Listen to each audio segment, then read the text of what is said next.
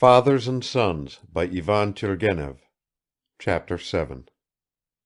Pavel Petrovich Kirsanov was educated first at home, like his younger brother, and afterwards in the corps of pages. From childhood he was distinguished by his remarkable beauty. He was self-confident, rather ironical, and had a biting sense of humor. He could not fail to please people. He began to be received everywhere, directly he had obtained his commission as an officer. He was pampered by society, and indulged in every kind of whim and folly, but that did not make him any less attractive. Women went crazy about him. Men called him a fop, and secretly envied him. He shared a flat with his brother, whom he loved sincerely although he was most unlike him. Nikolai Petrovich was rather lame, had small, agreeable but somewhat melancholy features, little black eyes and soft thin hair. He enjoyed being lazy, but he also liked reading and was shy in society. Pavel Petrovich did not spend a single evening at home, prided himself on his boldness and agility. He was just bringing gymnastics into fashion among the young men of his set, and had read in all 5 or 6 French books. At 28 he was already a captain, a brilliant career lay before him. Suddenly all that was changed. In those days there used to appear occasionally in Petersburg society a woman who has even now not been forgotten, Princess R. She had a well-educated and respectable but rather stupid husband and no children. She used suddenly to travel abroad and equally suddenly return to Russia, and in general she led an eccentric life.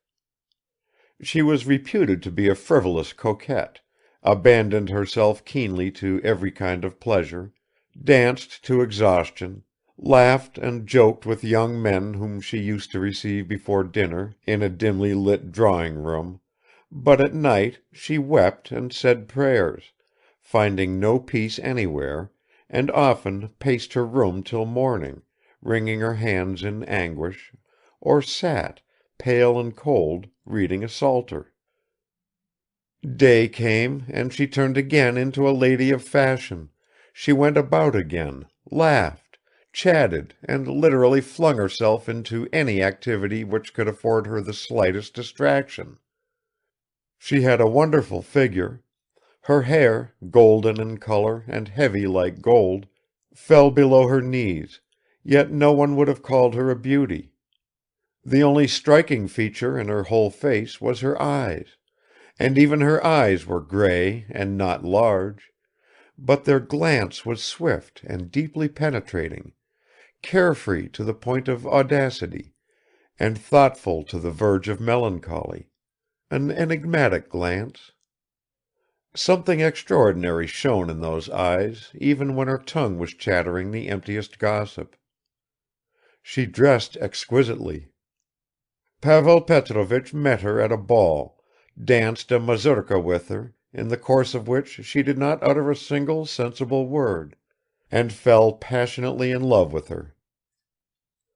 Accustomed to making conquests, he succeeded with her also, but his easy triumph did not damp his enthusiasm.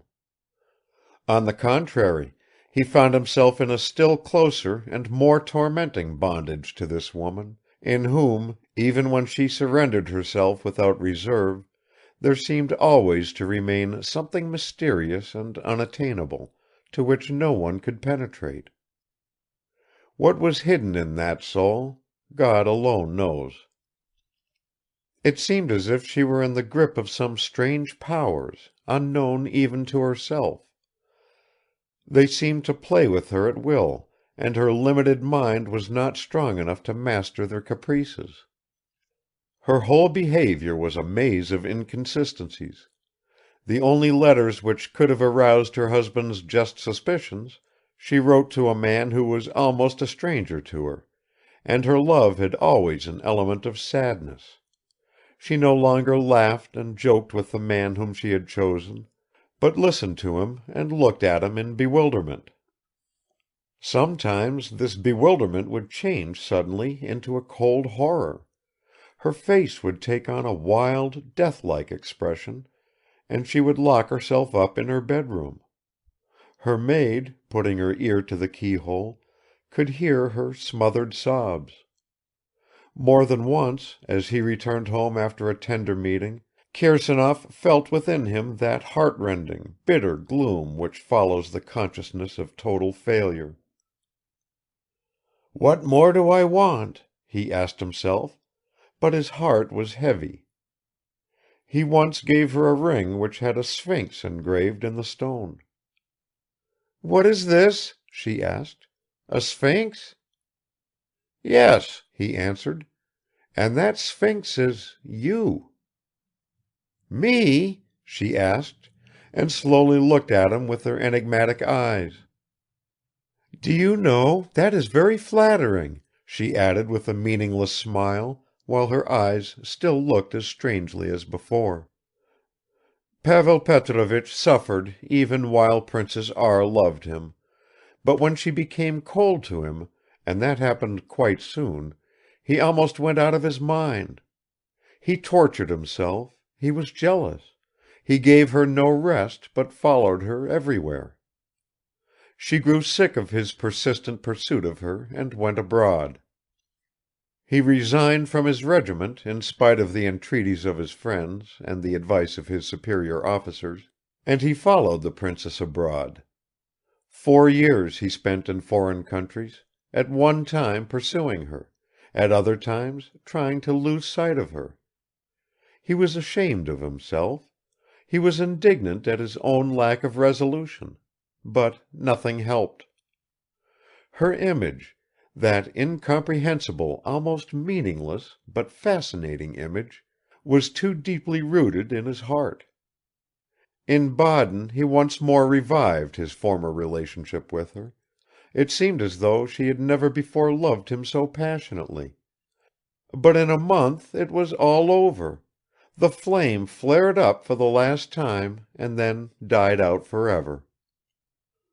Foreseeing the inevitable separation, he wanted at least to remain her friend, as if lasting friendship with such a woman were possible. She left Baden secretly and from that time permanently avoided meeting Kirsanov.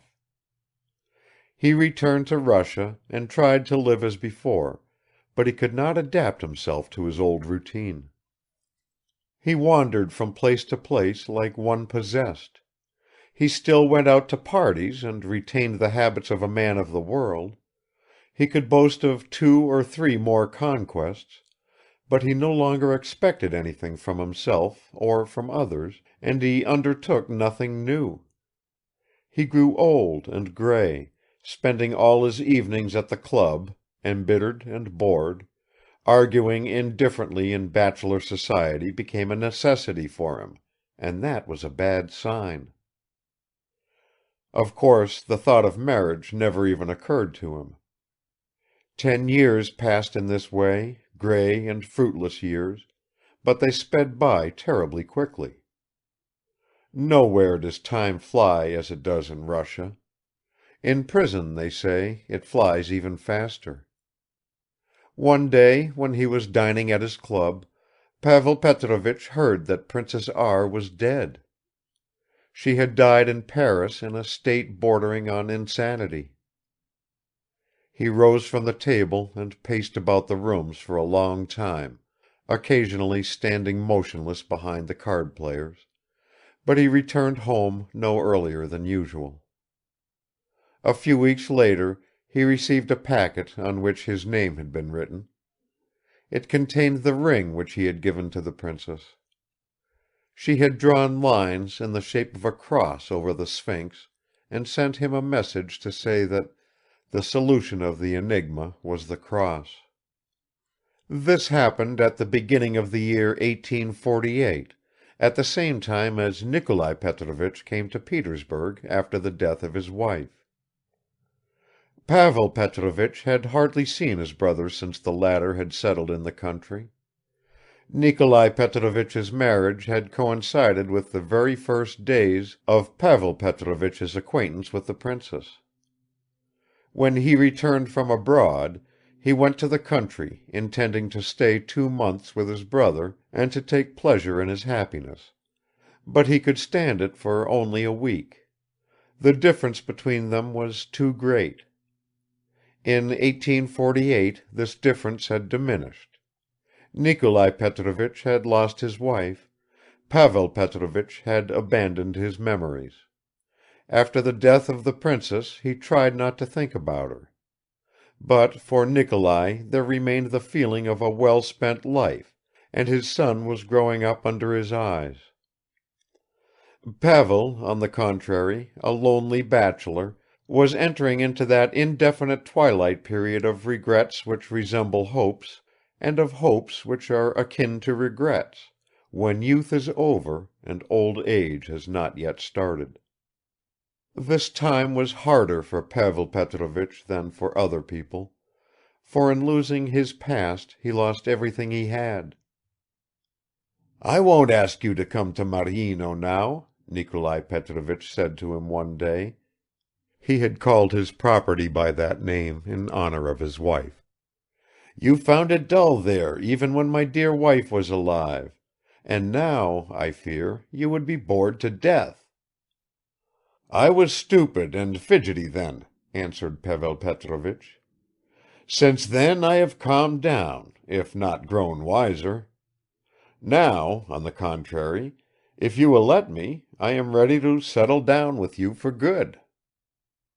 Instead of answering, Nikolai Petrovich embraced him, but a year and a half elapsed after this conversation before Pavel Petrovich finally decided to carry out his intention.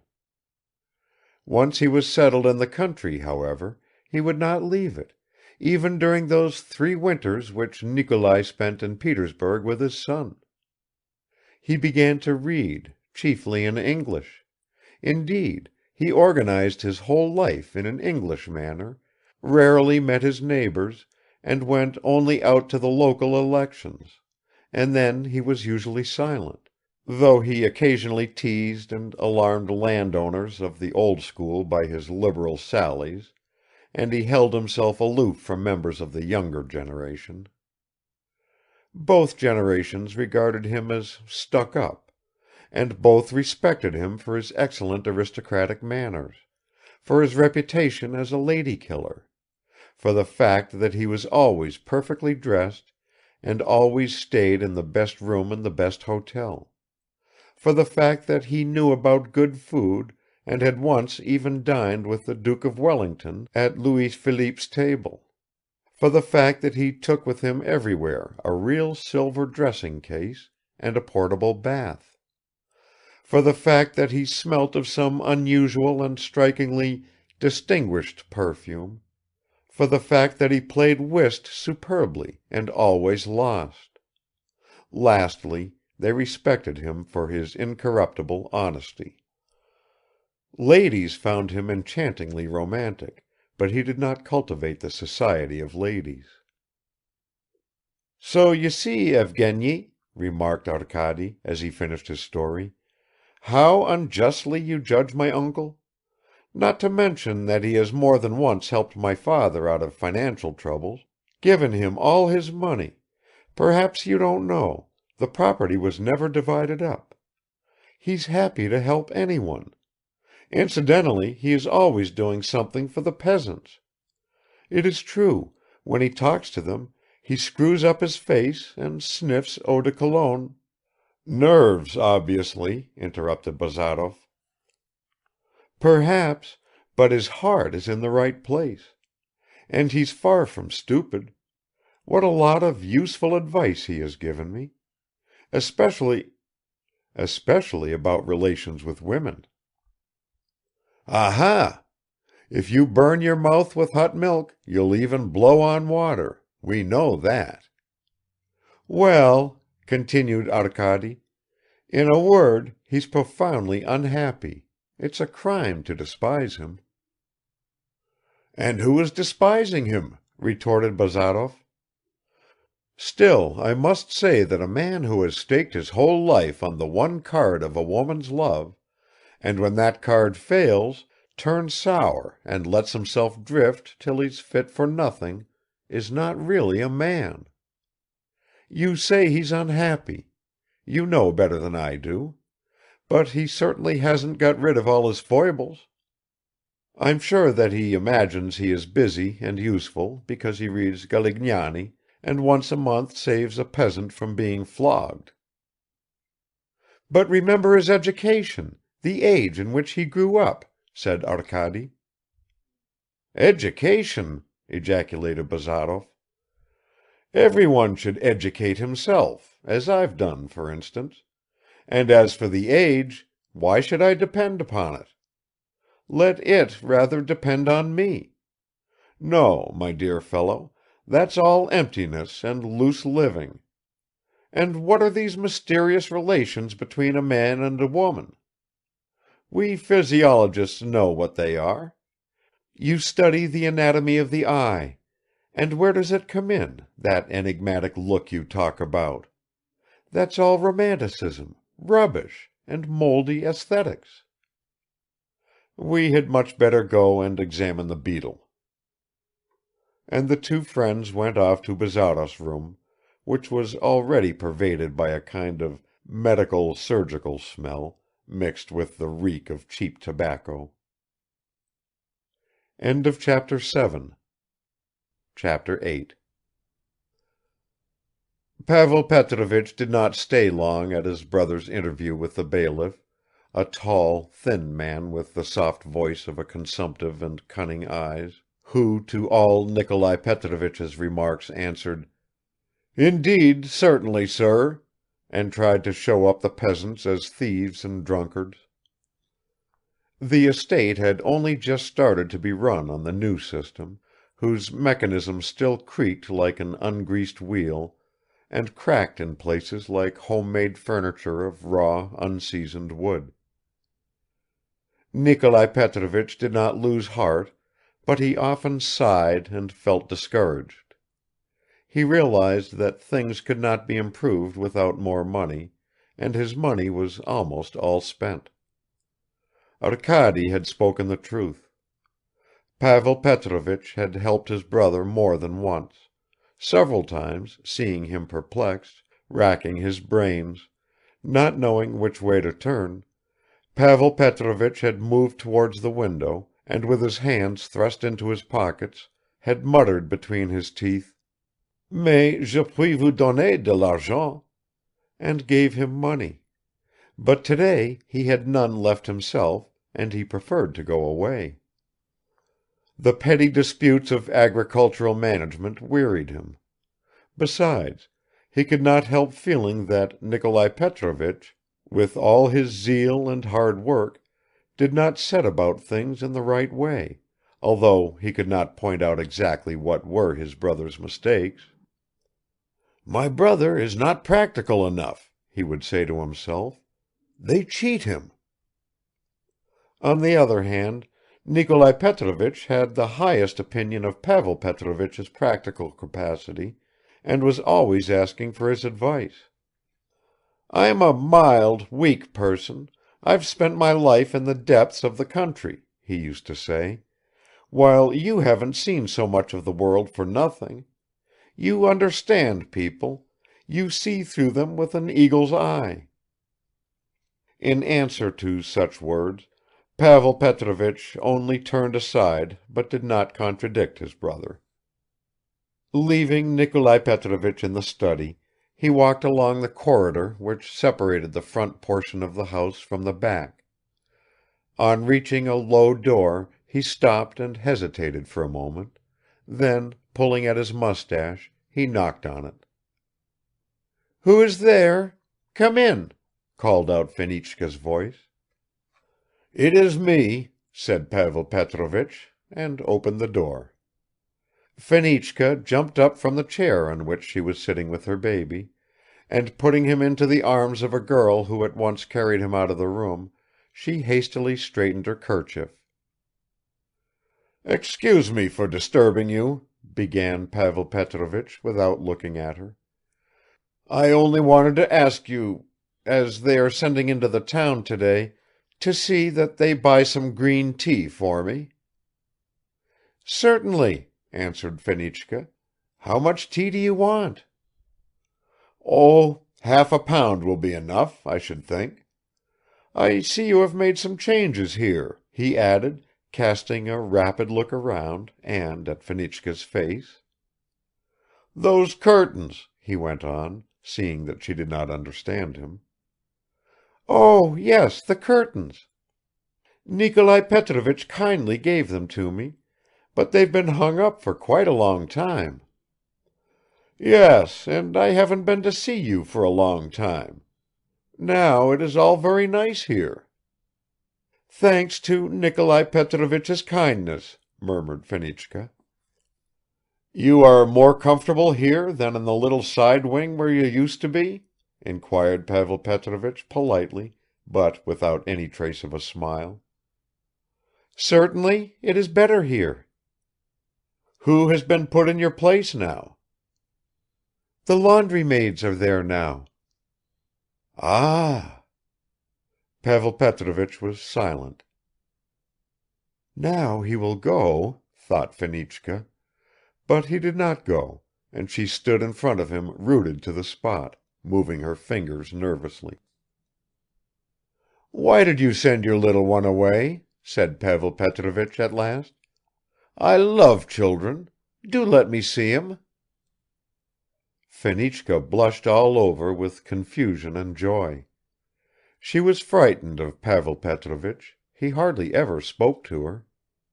"Dunyasha," she called, "will you bring Mitya, please?"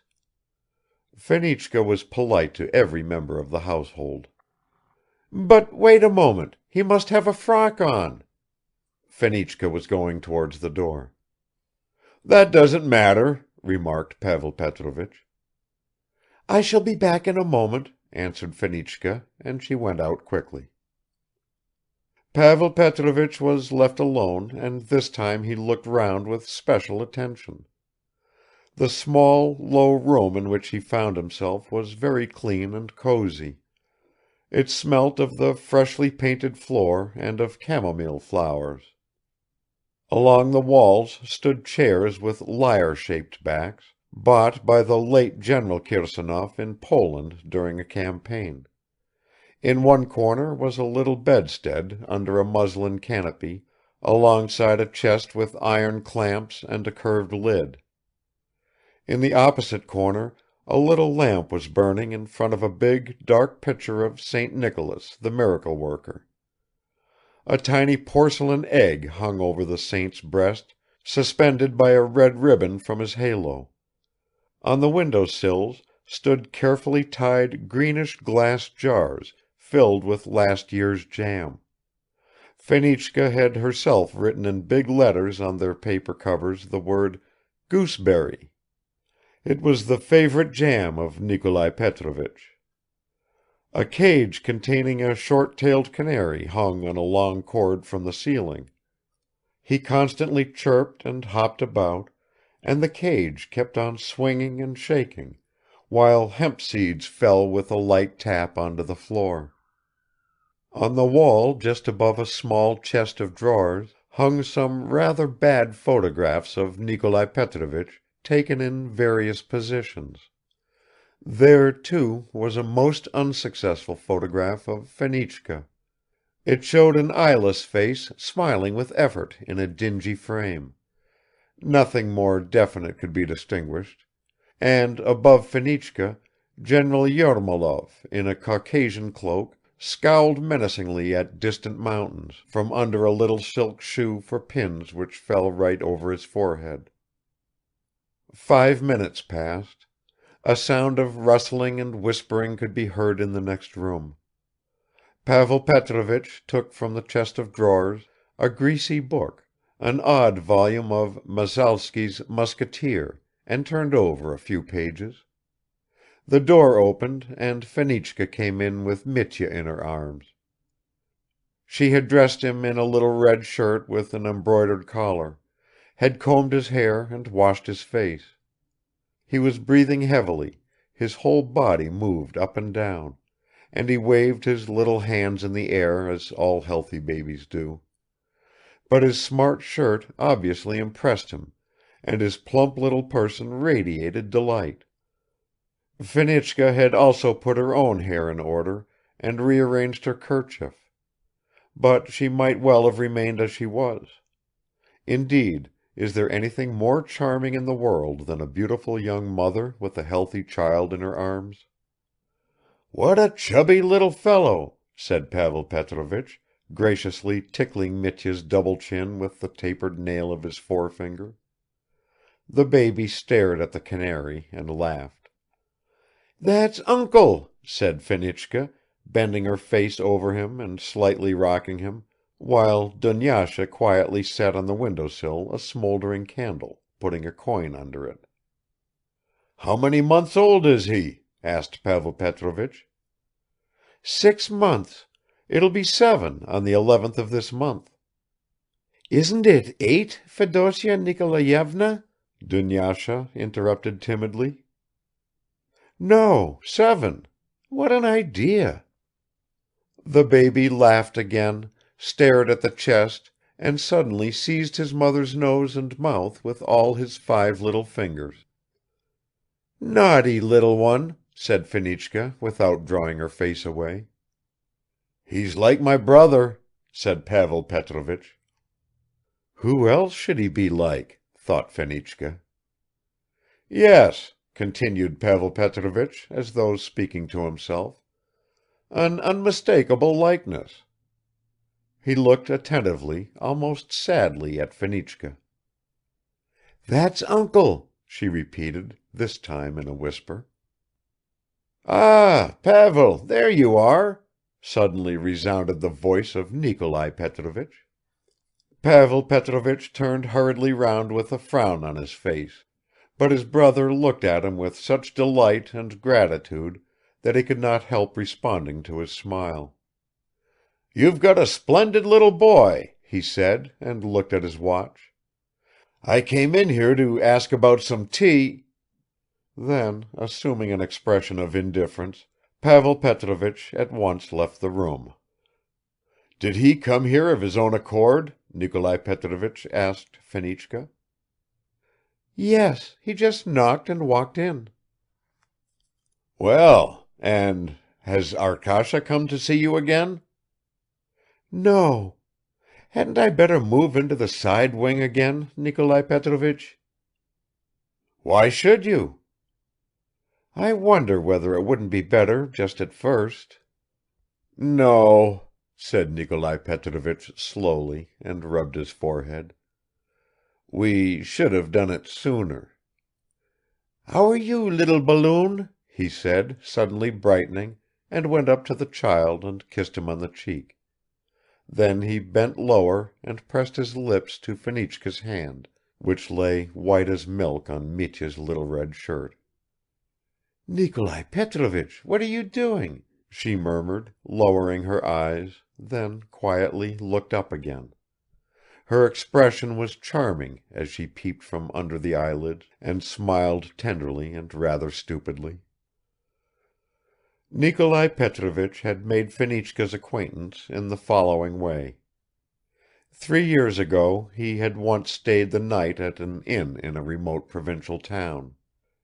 He was pleasantly surprised by the cleanliness of the room assigned to him, and the freshness of the bed linen. Surely there must be a German woman in charge, he thought at first. But the housekeeper turned out to be a Russian, a woman of about 50, neatly dressed, with a good-looking, sensible face and a measured way of talking. He got into conversation with her at tea and liked her very much. Nikolai Petrovich at that time had only just moved into his new home, and not wishing to keep serfs in the house, he was looking for wage servants. The housekeeper at the inn complained about the hard times and the small number of visitors to that town. He offered her the post of housekeeper in his home, and she accepted it. Her husband had long been dead; he had left her with an only daughter, Fenichka. Within a fortnight, Arina Savishna, that was the new housekeeper's name, arrived with her daughter at Maryino and was installed in the side wing. Nikolai Petrovich had made a good choice. Arina brought order into the household. No one talked about Fenichka, who was then 17, and hardly anyone saw her. She lived in quiet seclusion, and only on Sundays Nikolai Petrovich used to notice the delicate profile of her pale face somewhere in a corner of the church. Thus another year passed. One morning Arina came into his study, and after bowing low as usual, asked him if he could help her daughter, as a spark from the stove had flown into her eye. Nikolai Petrovich, like many home-loving country people, had studied simple remedies and had even procured a homeopathic medicine chest. He at once told Arina to bring the injured girl to him. Fenichka was much alarmed when she heard that the master had sent for her, but she followed her mother. Nikolai Petrovich led her to the window and took her head between his hands. After thoroughly examining her red and swollen eye, he made up a poultice at once, and tearing his handkerchief in strips, showed her how it should be applied. Fenichka listened to all he said and turned to go out. "Kiss the master's hand, you silly girl," said Arina. Nikolai Petrovich did not hold out his hand, and in confusion himself kissed her bent head on the parting of the hair. Fenichka's eye soon healed, but the impression she had made on Nikolai Petrovich did not pass away so quickly. He had constant visions of that pure, gentle, timidly raised face; he felt that soft hair under the palms of his hands, and saw those innocent, slightly parted lips, through which pearly teeth gleamed with moist brilliance in the sunshine. He began to watch her very attentively in church and tried to get into conversation with her. At first she was extremely shy with him, and one day, meeting him towards evening on a narrow footpath crossing a rye field, she ran into the tall, thick rye, overgrown with cornflowers and wormwood, to avoid meeting him face to face. He caught sight of her small head through the golden network of ears of rye, from which she was peering out like a wild animal, and called out to her affectionately. "Good evening, Fenichka. I won't bite." "Good evening," murmured Fenichka, without emerging from her hiding place. By degrees she began to feel more at ease with him, but she was still a shy girl when suddenly her mother, Arina, died of cholera. What was to become of Fenichka? She had inherited from her mother a love of order, tidiness and regularity, but she was so young, so alone in the world. Nikolai Petrovich was so genuinely kind and considerate. There is no need to describe what followed. "So my brother came to see you?" Nikolai Petrovich asked her. "He just knocked and came in?" "Yes." "Well, that's good. Let me give Mitya a swing." And Nikolai Petrovich began to toss him almost up to the ceiling, to the vast delight of the baby, and to the considerable anxiety of his mother, who each time he flew upwards stretched out her arms towards his little bare legs. Meanwhile Pavel Petrovich had gone back to his elegant study, which was decorated with handsome blue wallpaper, and with weapons hanging from a multicolored Persian carpet fixed to the wall. It had walnut furniture, upholstered in dark green velvet, a Renaissance bookcase of ancient black oak, bronze statuettes on the magnificent writing desk, an open hearth. He threw himself on the sofa, clasped his hands behind his head and remained motionless, looking at the ceiling with an expression verging on despair. Perhaps because he wanted to hide even from the walls whatever was reflected in his face, or for some other reason, he rose, drew the heavy window curtains and again threw himself on the sofa. Chapter 9